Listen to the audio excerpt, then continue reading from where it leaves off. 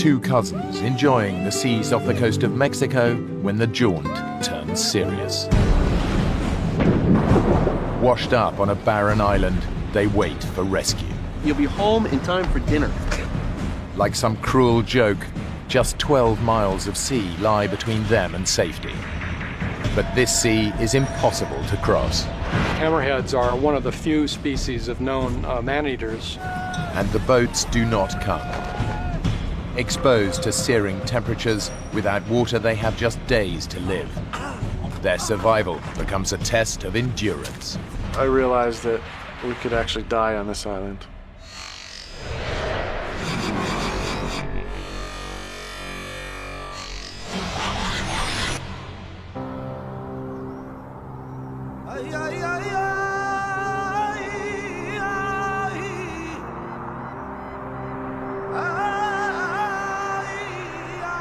After a tiring 10-hour drive through the desert, Mark Sorensen and Rob Rusnak have almost reached the coast. From here, these young adventurers will begin the sailing trip of a lifetime. How about a good song? Something nice. Something appropriate to this beautiful Mexican landscape. Driving down, we were joking, lighthearted, excited, all the things that you would think you would be when you're heading into an adventure. La cucaracha, la cucaracha. No. Ya no puedo caminar. Don't. I was really excited. I had all these thoughts of how this was all gonna happen. So it was very exciting. Well, if you're gonna do it, sing it like you mean it. You sing it with la me. Cucaracha, la cucaracha. Ya no puedo caminar. La cucaracha, la cucaracha.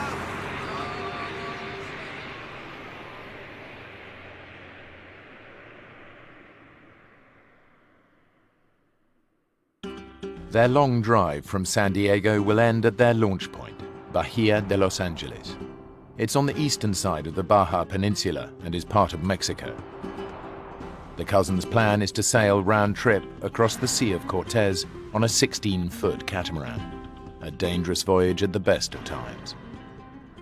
Their nights will be spent camping on the myriad of islands across the sea. Until they finish the 160-mile round trip, no one is expecting to hear from them. Wow. Incredible.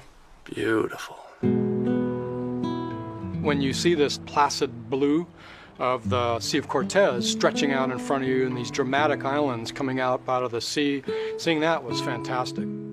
Wow, we're here, this is what we were looking for. It's begun.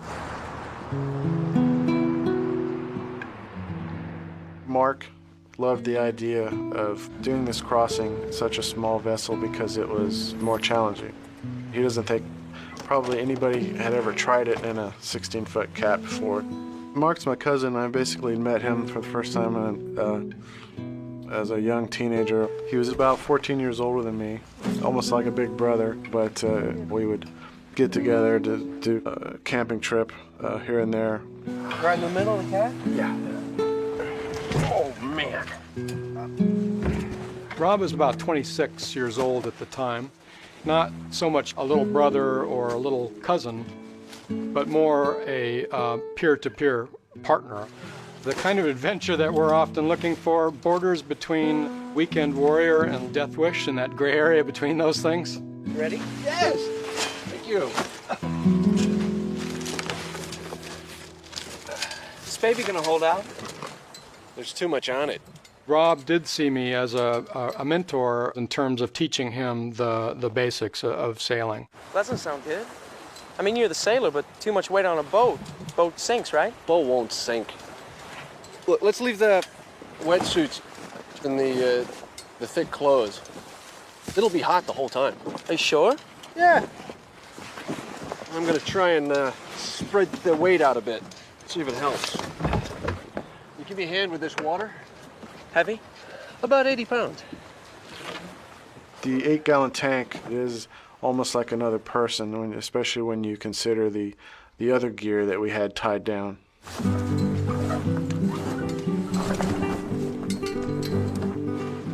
It's perfect sailing weather. But the winds across the Sea of Cortez are notoriously difficult to predict, adding a twisted thrill to the journey.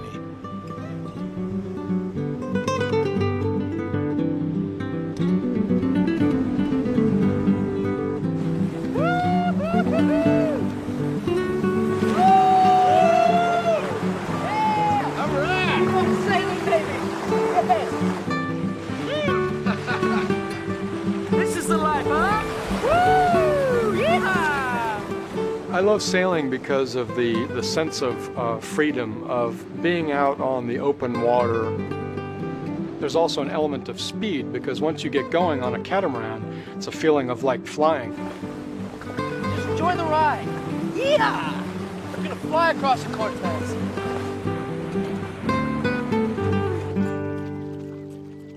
What happened to the wind? No, it happens. I read about it. 60 miles an hour to zero like that. I think it's because we're like in a canyon. The wind rattles down here like an alley and then woof, it's gone.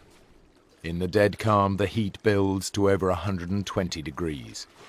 And there's no chance to cool down in this sea.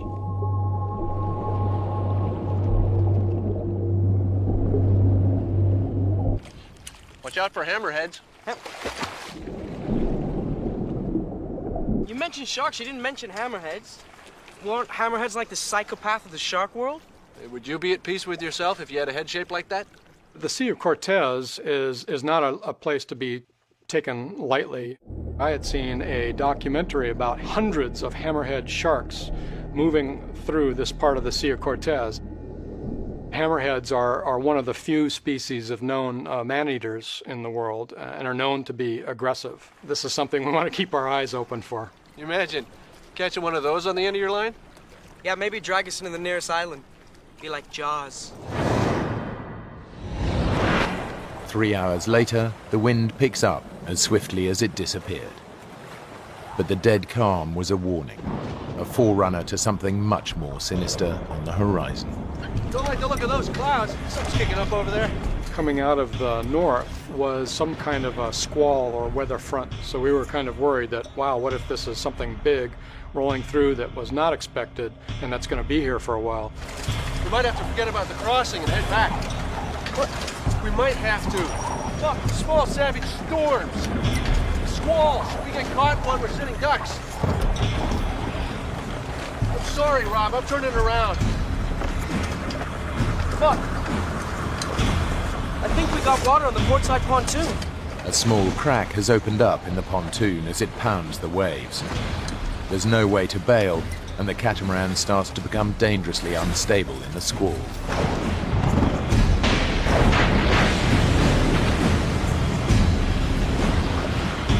One big gust of wind, which was probably approaching about 60 or so miles per hour, hit us. We ended up in the water, tangled up in the sheets, with tattered sails in the water and, rigging everywhere. I thought, oh my God, this thing is going to crush my head. And so I thought for sure this boat's going to take my head off. Absolutely, I was scared. Is it me? Is it now really cold in here? Let's get the cat back up. We were both getting very cold, on the verge of hypothermia. I was shivering uncontrollably. I was very uncoordinated. With the shredded sails and stricken pontoon, the catamaran keeps capsizing as Rob and Mark battle with the waves, their gear and the water barrel drift away. Everything we're doing, everything we're trying is going wrong. And I said, well, what do we do now? Just die? And when he said that, that brought in basically a flood of emotion where you're going, this could be it. And what a ridiculous way to go. They're weak, and in this storm, a 12-mile swim to the mainland is out of the question. With no boat, the threat of being eaten by hammerheads is now all too real.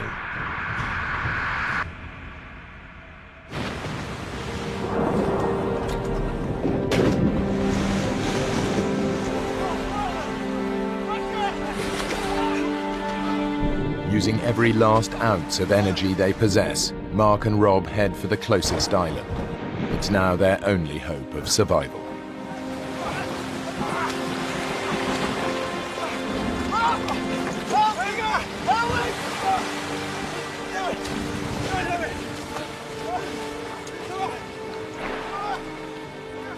Getting up onto the shore was so incredible in terms of just the mental relief of having dry land under your feet.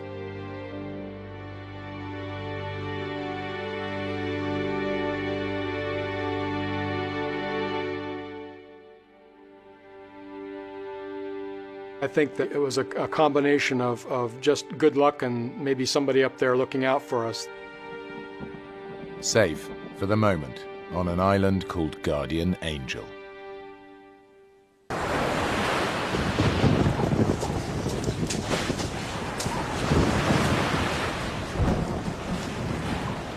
We were soaked to the core, and we stripped all of our clothes off and got in our sleeping bags and got into a fetal position to try to conserve warmth. We were probably in pretty advanced stages of hypothermia. You're still shivering like crazy, but you know you've got a little cocoon of what will eventually become warmth as your body heats up the damp parts of the sleeping bag. Rob, you okay?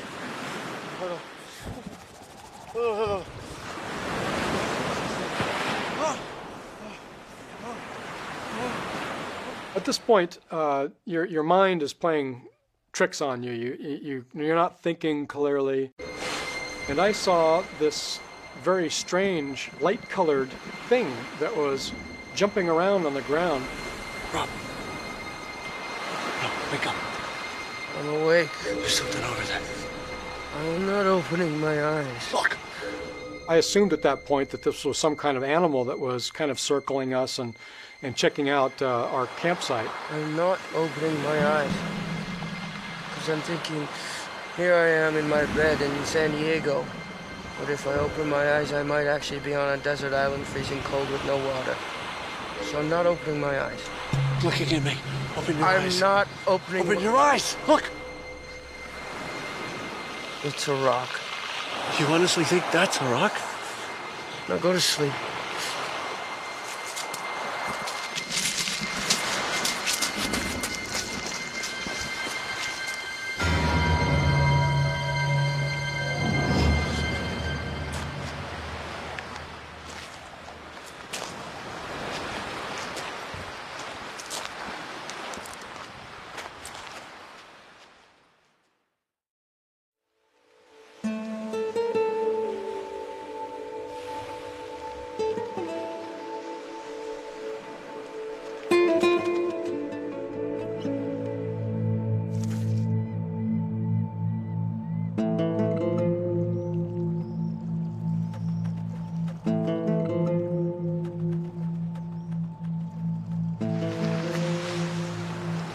Wake up, dude.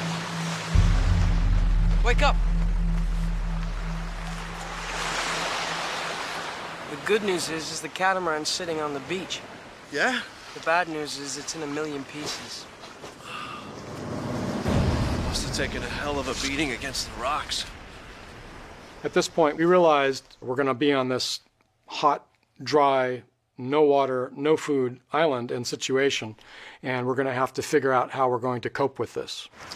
You want to try and swim it? Gonna be eaten by a hammerhead? We could climb out. Oh, this cliff's gotta be 100 feet high. You get to the top, there'll be a ridge and then another cliff 100 feet high. It's gonna be over 110 degrees by midday. Without water, you wouldn't make it 50 feet. And then I'd have to watch your dead body fall back to the beach, so no thanks, bud. So we're trapped.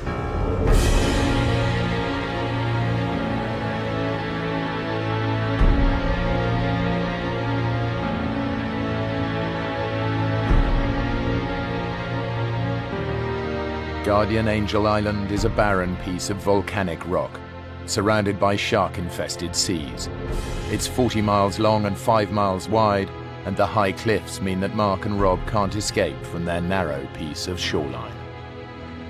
To get around those cliffs, you'd either have to go up over them or you'd have to swim around them. But at this point, thoughts of the hammerhead sharks, thoughts of how far that actually was, this was going to be a long swim in shark-infested waters and was not something that we would probably survive.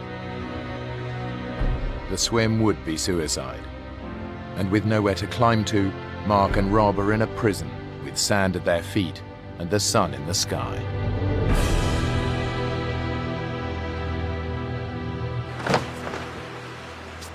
I think we could make it. It might take a day, but we can do it. We'd never make it. It's got to be 12 miles away. Our splashing would attract the hammerheads and who knows what else. We're weak, dehydrated, and if the sharks don't get you, the current will. Let's build a raft then. With what? There's no trees, no wood. We're on a desert island, my friend. There's usually an oasis, isn't there? Well, not on this one. This is a desert island. Typical. Of all the islands to get washed up on. I'm gonna try it. There's nothing to seal the end of it with. I'm gonna try it. It won't float.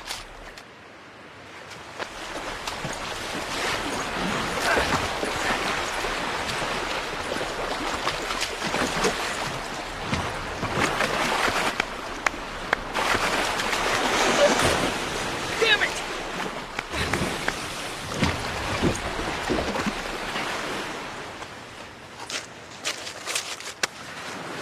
Look, it'll be fine. The fishing boat will be past soon. They'll pick us up, take us back to the cart. You'll be home in time for dinner.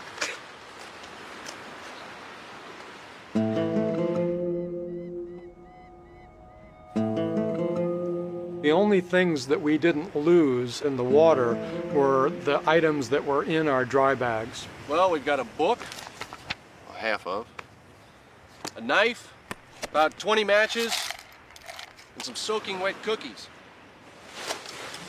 Hey, I think I found that animal that was stalking you last night. You did? Yeah, kind of reddish in color. Moved up and down in a strange way. Yeah. Oh, no. What, are you afraid of balloons? Cinco de Mayo, the 5th of May. Huh? Must have blown over from the mainland. And? It's a Mexican holiday. It's like Independence Day. It's a national holiday that can last 4 or 5 days. Everyone takes part. Cool. Even the fishermen. Shit. No one will be on the sea for a few days. We don't have enough to last, do we?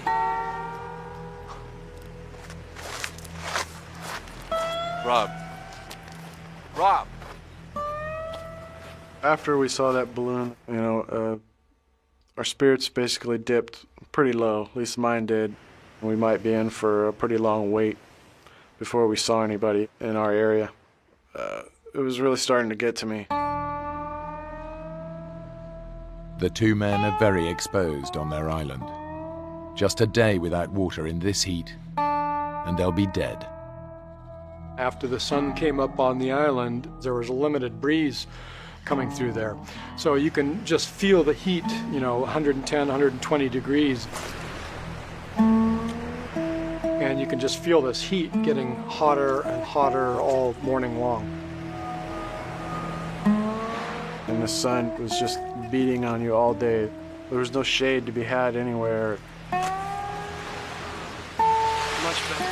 I basically stayed completely closed, but even doing all that, a few parts of my skin that were exposed got burned.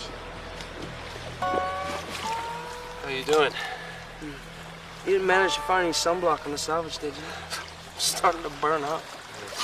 Certainly any kind of humor that we could come up with helped to break the tedium and the sense of despair that starts to sink in.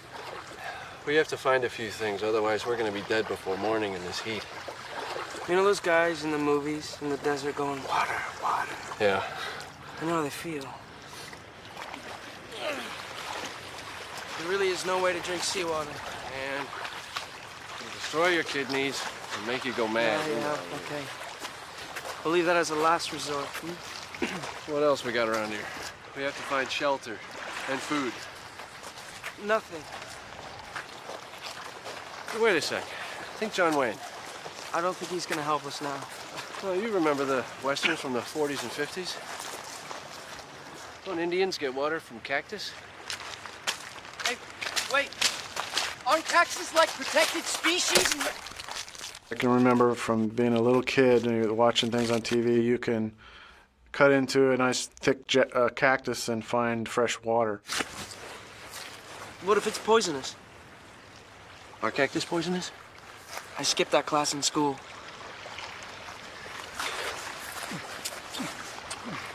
Yes! Huh? Nothing. What? Nothing's coming out. Maybe we gotta suck the pulp. Get the juice that way.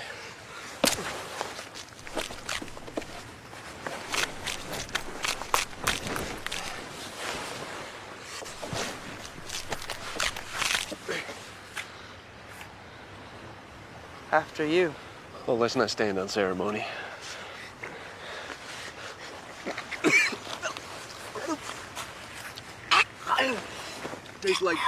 Tastes like warm bile. I can't handle this. No, keep going. This is for the water. Our tongues were swelling, and it was, very parched throat, and it gets kind of hard to breathe. And this immediately cleared up that. The taste was just very nasty, bitter, but the moisture was definitely a relief. We tried to experiment with different parts of the cactus. The lower on the base we went, it became woody, so there was not much moisture. Nothing. Are you sucking hard enough? I'm giving it all I got. So the base is too dry. Let's try the tips. What's it like? It's a little sour. Maybe we just stick to the middle. So we had to basically stick with the chest-high part of the cactus. Now the men have some form of moisture. They need to get out of the sun's burning rays. What little shade there was came from the cactus, which was, yay wide, and you could catch a little bit of shade. My turn. We still have more time. It's not true. Get off! More time. This is ridiculous. We have to find proper shelter.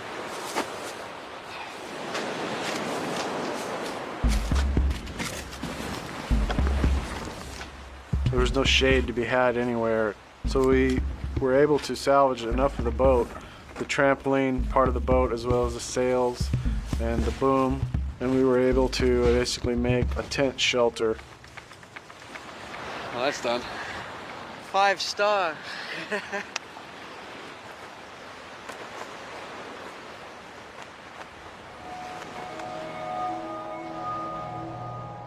And that made a reasonable shelter to get out of the sun, but it would become exceedingly hot during the day. It just became like an oven inside that shelter.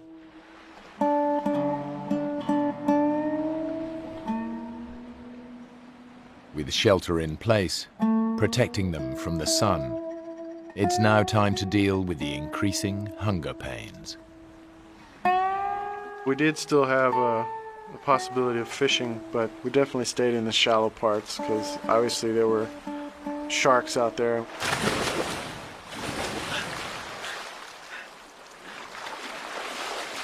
I'm now officially starving.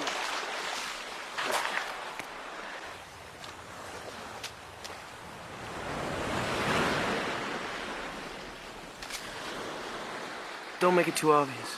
Take a look to your left, 2 o'clock. See what I see? I see lunch. You think it's seen us? I don't know. What? Head towards it. Let's see what it does. They're pretty stupid. They got a brain the size of a pea.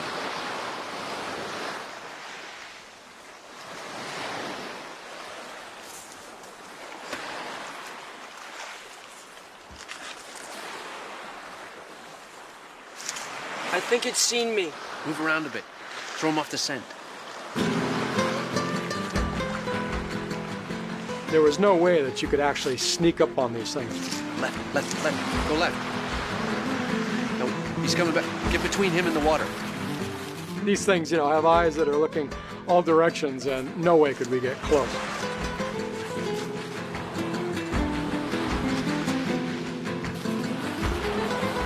Oh, just jump for it! Man! That was pathetic. Except it's got like 10 legs. I've only got 2.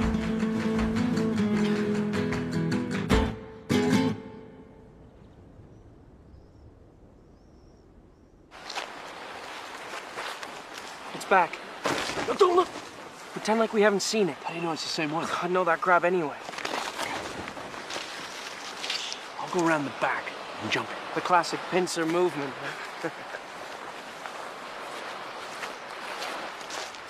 Hey, partner. Remember me? Yeah. We're gonna eat you. Move. Yeah. Huh? He's feisty. Be careful. Don't mess this up. I'm hungry. I know what I'm doing. You know, look this way. Look this way. Yeah, Krabby. It's me.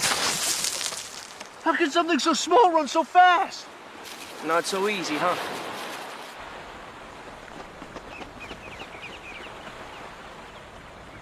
Stupid. It's short-sighted. They can't see us from back here.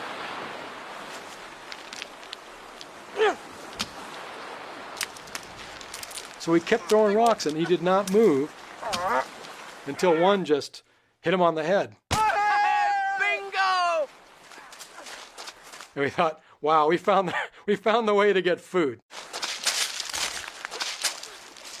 This is not your average sushi. It was kind of like a really bad oyster. We would have been grateful for anything that could have killed the basic taste of that crab, anything that would allow you to choke it down. But at that point, we were hungry and thirsty enough that it just didn't matter. There was not enough crabs that we would be able to survive on them more than a few days, and that if we weren't able to find some other food source in the vicinity, that eventually we'd die from hunger.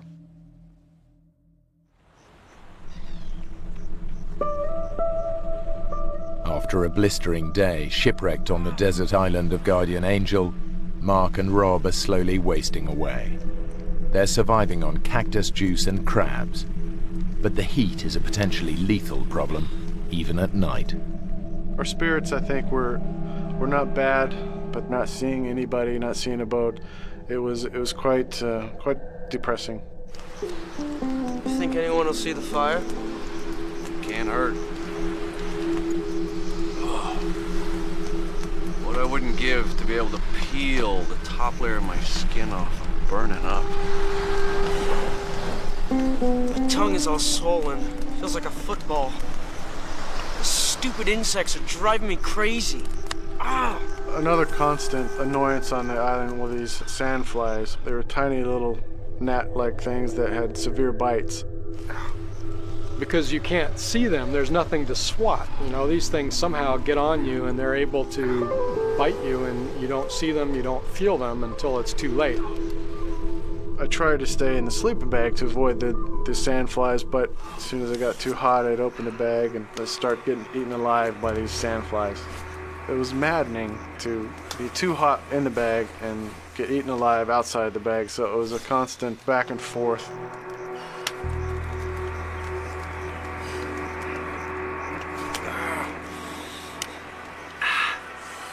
If you fell asleep with the sleeping bag wide open, it was a big mistake.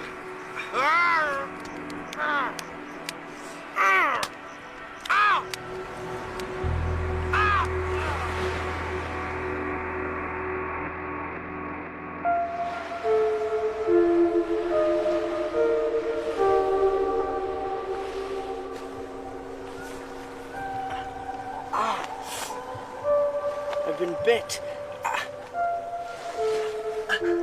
I've been bit all over. Yeah, they got me too. The bites were all over our face, necks, ears, anywhere they could get to, they would bite you. Do you think they're poisonous? If they were, we'd be dead already. No, they're sandflies. They're like mosquitoes, but turbocharged. The itching will drive you crazy, but they're harmless. How do I look? Buddy, you look great. You could run your hand up and down your arm, and it was just all bumpy up and down. And the welts were, you know, turning red and a bit infected in places.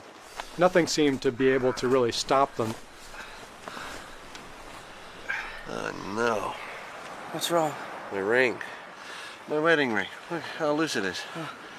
That's not good. I'd been married since I was 17, and you don't get any lighter as you get older generally, and my wedding ring had become quite tight in recent years. And when it slipped right off my finger, that was a new experience, and I realized it was because we were losing so much water weight from our bodies. How about a cookie to fill us up? They gotta have dried out by now. Don't do it. Why not? It's about 90% sea salt. Oh, How are they? they're a little salty. Yeah. Oh.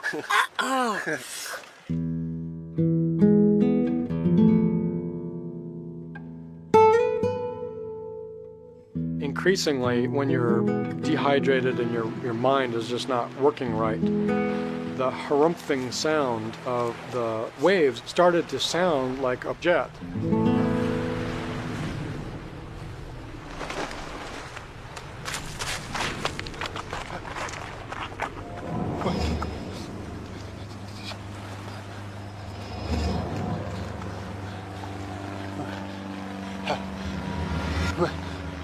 The sight of this plane going by, it drives you crazy. Something emotionally starts to tear you apart. I can't tell those people I'm down here that I exist, that I'm in trouble. There's something reflective. We'll try to signal it. We have nothing that reflects. The knife blade. Nah, it's too dull. It's messed up. Well, keep waving your arms then. I remember trying to signal, even though I instinctively knew that they were too high, and I'm sure they couldn't see me. Look. Here. You think you saw us? I doubt it. I would have circled back around.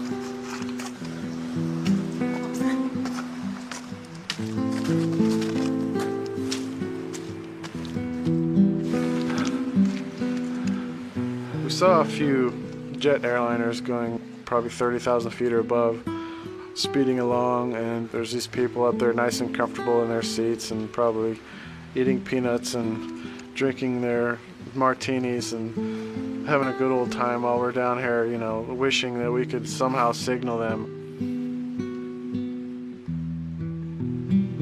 It was one of the many heartbreaking things that we experienced.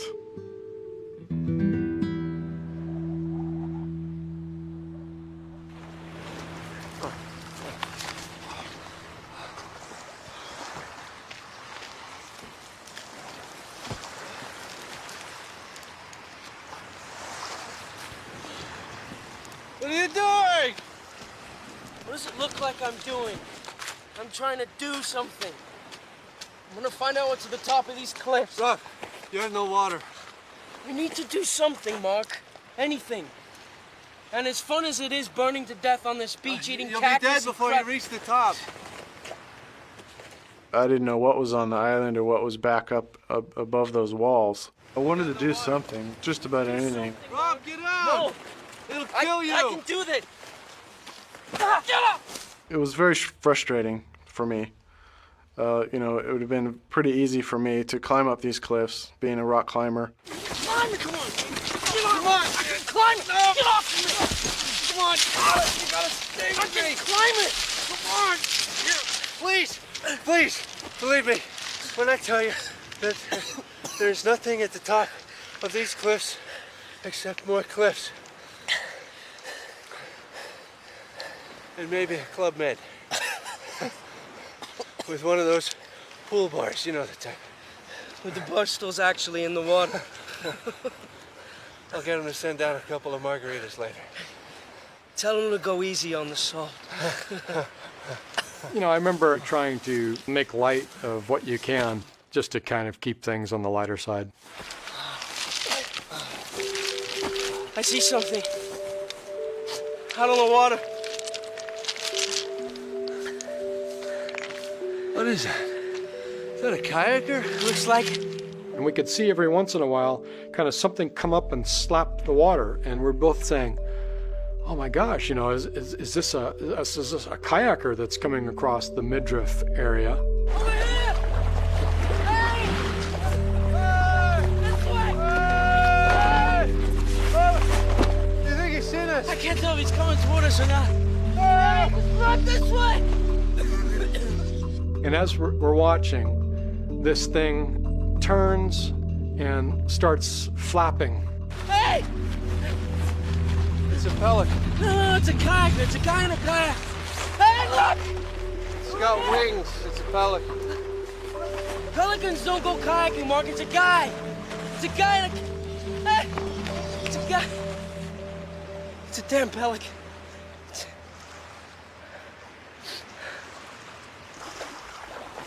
Talk about a sinking feeling. You know, we had all this hope that was coming up, and now the hope sort of flew south. Then our chances of getting off this island are not looking good.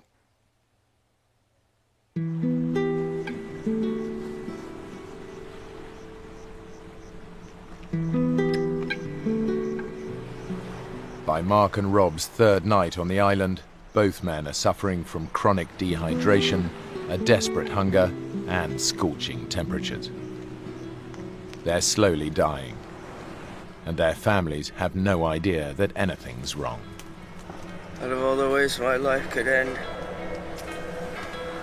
heart attack, car accident, plane crash, I ain't gonna die of thirst on a desert island. How ridiculous is that? The thoughts of death start to creep in, and for the first time, I realized that we could actually die on this island. Will it be Mark that goes first, or will it be me that goes first? Or are we gonna go so delirious and crazy that we kill each other? I keep picturing our bones lying on the ground like the iguana skeletons all around the canyon. You don't feel that? A couple of times I've imagined a policeman walking down the path to my house. He knocks on the door, and my wife answers. Next thing I see, she's crying. I really hate that my family now is going to start being concerned that they haven't heard from us. Yeah, it enters my mind, but then I push it out. We are going to survive. What if we're here for 2 weeks or a month? Look, we'll be rescued. I promise. It would have been devastating, of course, if Rob had come to any serious harm. I would almost rather not have come home myself than to have faced his mother to tell her that I had lost her son.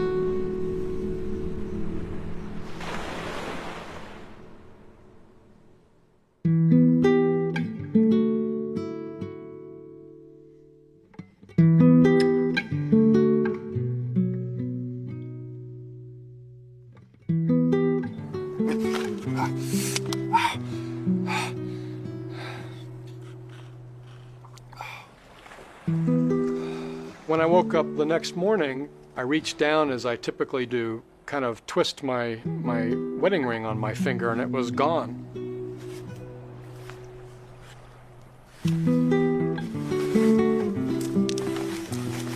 I realized that this thing had actually just fallen off my finger during the night.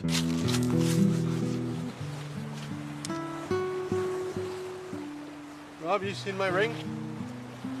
No. I lost my wedding ring. That's right.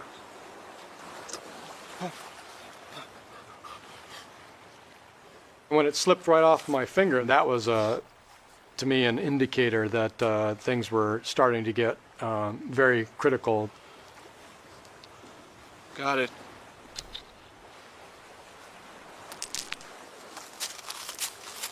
You okay, amigo? Sure. My mind and my vision and even my hearing were playing tricks on me.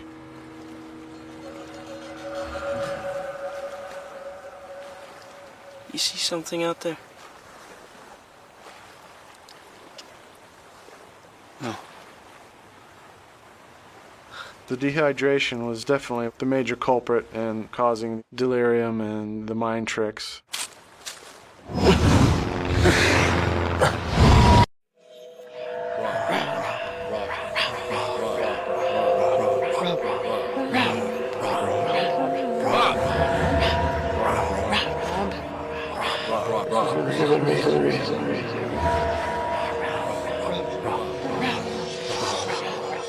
These ant colonies seemed to take on a life of their own. It was like I was one of the ants. Ross! Get in here. I'll be right in. I didn't know if I was going insane. I didn't know what was going on. It was bizarre and surreal at the time. It almost seems like a dream to me now. It was really starting to get to me. I was drained, I was quite delirious, and I was beginning to lose it. At this point, I knew that I could possibly die. Did you hear that? Rob. Sounds like a boat. Man, it's probably a wave. Or a pelican. Or the cactus talking to you or something. Rob, get up! There's definitely a boat out there! Hey! Hey! Hey! This way! Over here! Sure enough, there was a boat just a few hundred yards out. Over here! And we're thinking, oh my God, this thing is going to keep going. But it didn't. It stopped. And we're going, I think it stopped, you know? This thing is sitting there. The motor started revving again, and it started coming towards us. And we're going, oh my God, this thing's heading our way.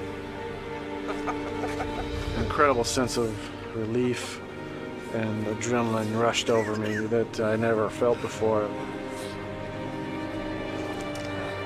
Are they Mexican fishermen? Why have they stopped? I couldn't tell what they were saying, but they seemed pretty suspicious. Who knows what, you know, who these two gringos could have been. Why aren't they coming to get us? I don't know. Hey! Let me deal with this. I'm not fluent in Spanish, but I know enough to get along and was able to respond to them. Hey, ¿qué pasó? Oye, estamos aquí por 3 días. Mira, mira, el barco choco con rocas. That would have been devastating had they been so suspicious that they would just leave us behind. My spirits would have just sank to beyond the depths. There's nothing that Mark and Rob can do. They are at the mercy of these fishermen who don't seem to believe their story of being shipwrecked on the island and living off cactus juice and crabs. Mark begs for their lives. Es verdad. 3 días, no agua.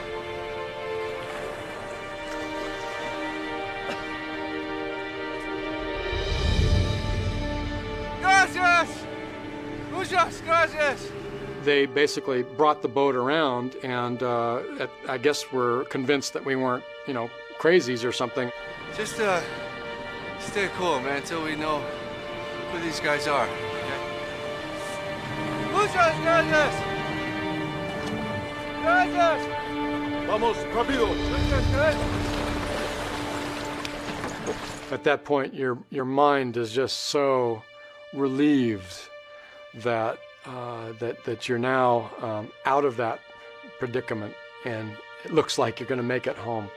That is just an overwhelming sense of relief.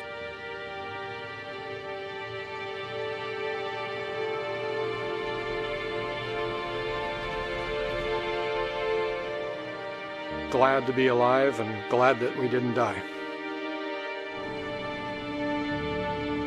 They pulled up a 1-gallon container of water and headed directly towards Bahia de Los Angeles.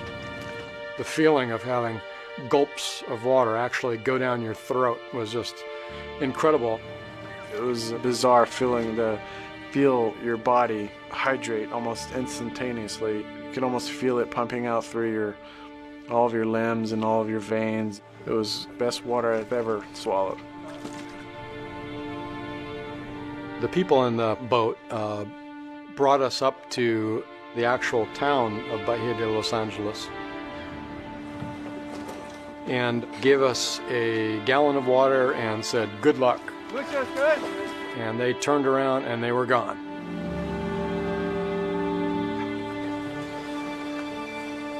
The first thing Mark does is make an emotional call to his wife, who has no idea what he's just been through.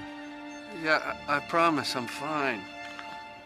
Just a little problem with the cat. I'll tell you about it later. We should be home early tomorrow morning. It's sort of embarrassing that you've put yourself into this, life-threatening situation for, basically an adventurous whim. Yeah, I love you too.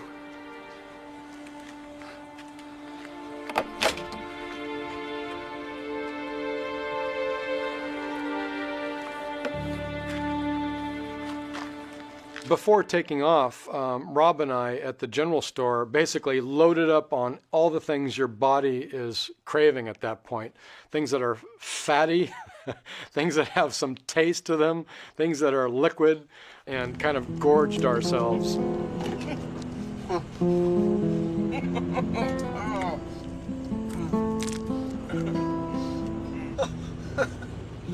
All of a sudden it's like, wow, we survived that.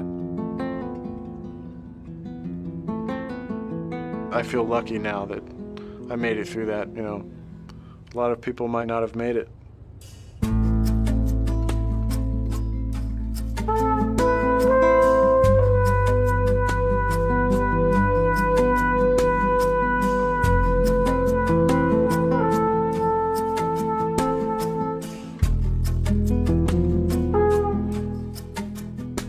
What started as a joke ended as a nightmare.